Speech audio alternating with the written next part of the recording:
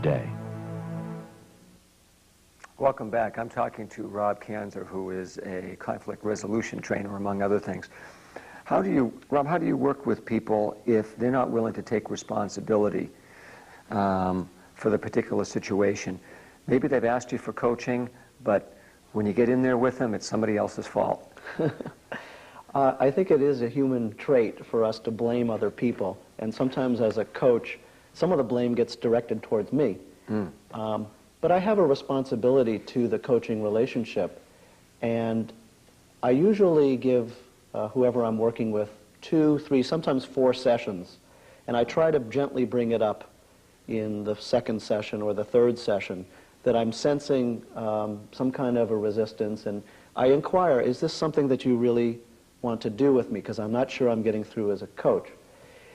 If after the second, third, or fourth session it becomes apparent to me in my judgment, I let the person know that it's not working, and we actually terminate the relationship. Now, what if the person says, Rob, I really want to work with you, but really it's not my fault, it's this other guy's. Then what do you do? Well, hopefully we try to get a good laugh out of the situation.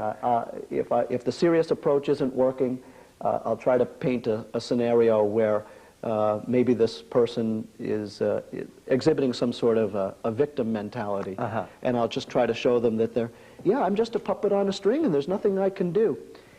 If a person takes offense finally and can't laugh at themselves, it gets to a point where I don't really want to be taking their money and using their time and my time. And it's without any remorse, and it's without any incrimination. It just might not be the right chemistry. And at that point I just have to say, perhaps another avenue for you might work better than working with me. I read somewhere that there are 3 kinds of coaching clients. One is the non-candidate, or the visitor who just, I have no problem, things are fine, I don't want coaching. And then there's the false candidate that gives the illusion of being a candidate, who says, yeah, I have a real problem you can help me with. This other person's an idiot. And then the true candidate is somebody who says, I have an issue I want to work with, and I know that I'm part of the solution. Yeah. Does that... It happens quite a bit. When I'm working with people in the initial stages, it's often, gee, this other person should really be in here learning these things. And somewhere around the second or third session, there's an aha. I see how I am contributing to creating this conflict. Yeah, hello. Hello. Right. And it's a very gratifying moment. Sometimes the person can experience it with a sense of humor. Other times, when I've been the recipient of coaching, I've taken it very personally, and it's actually hurt. But on the other side of that hurt is a realization that I am creating, I'm participating, I'm the one that's making choices. And when I can get beyond my hurt about that, I become powerful, I become more relaxed, and more effective. And that's what I hope I can do with my clients. Now, oftentimes, if you're doing conflict resolution and you have both sides, and I imagine sometimes you're working with one side and sometimes you get everybody in the room, right? That's right. That must present some challenges, because perhaps, and people have told me this who do actual couples therapy, is one person is more receptive to the coaching than the other person. How do you work with the person who's with you, or? Yeah, sometimes we do what's called taking a caucus. In my mediation work, it's a kind of a timeout. The 2 people who are in conflict, to the degree to which we can flush out some of the issues with everybody in the room, that's helpful. And the degree to which even some raised voices and some exchange is okay, as long as it continues to move forward. But once somebody, in my judgment, becomes incalcitrant and stuck in their position, I call a timeout, and I try to make a judgment. Usually it's to work with the person who's recalcitrant. I say, well, thanks very much, both of you. We're going to take a 5-minute break, and Mr. Jones, would you come back in? And I'd like to just meet with you privately, if that's okay with you, Mrs. Jones. And really try to work with that person one-on-one, because sometimes the mask of the incalcitrance is a trust issue. And I find out from Mr. Jones there's really something going on that he didn't want to bring up in the public session.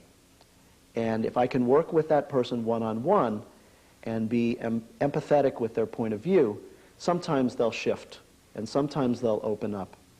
And it's a process. Sometimes it takes more than one session to get there. Do you find yourself sometimes working with one of the two parties who are present more than the other simply because, you know, they're more open? Yes, but ironically, I find myself working with the person who's less open. The person who is more open doesn't require as much from me as the coach or the mediator. Right. What I'm getting at is sometimes you wind up as a coach, if you're working with several people at once, that sometimes you're coaching somebody indirectly. Where, in other words, that sometimes people can't hear feedback. Yes. So, but you can talk about their issue with somebody else. Well, one of the values of working in a group is that purpose. Two people can be, let's say a couple, can come to a group presentation and may put forward a particular problem. And actually, I might, as the coach, have other people play it out so that they can kind of literally get some distance and literally get some perspective in listening in.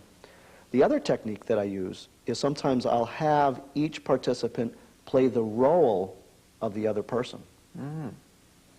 That's really switching roles. Switching roles, literally hearing and speaking the role of the other person gets the person who's incalcitrant or stuck into a breakthrough. When, if ever, do you find it's appropriate to be confrontational with people around their issues? That, I think, is one of the hardest things for me as a coach.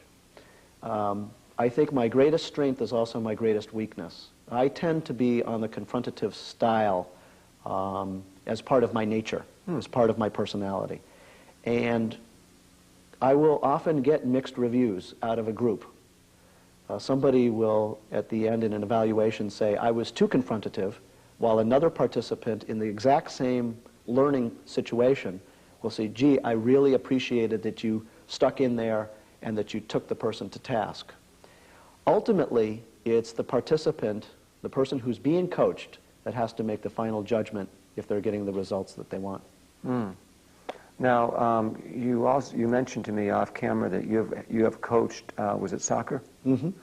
What can you take from athletic coaching or sports coaching back into your conflict resolution coaching or coaching of people in a non-sports setting? Well, in the corporate setting, I think is the most easily translatable when it comes to team building. When I'm either a coach or a player out on the soccer field, I want to be able to know that my teammates are backing me up and that I'm backing them up, and that if I could, let's say, if you are the fullback on my team, shout out to you, John, the left wing is open, get back. I want to be able to have confidence that I can say that to you and that you're not going to take offense from me, that we don't get into I'm telling you what to do or I'm telling you your job, that you hear it as me being part of your team. I like to translate that back into the corporate setting in working with clients so that people start to see that by learning more than one position, to be able to call out to one another and say, I need help, or I'd like you to help me, or I'm alone, my wing is open, is the easiest way for people to understand that it's not a command, but it's a communication for togetherness. And that gets back to sort of having feeling when it's appropriate to be confrontational, if you will, or, yes. or to make a kind of direct, sort of a direct kind of communication to people. Yes.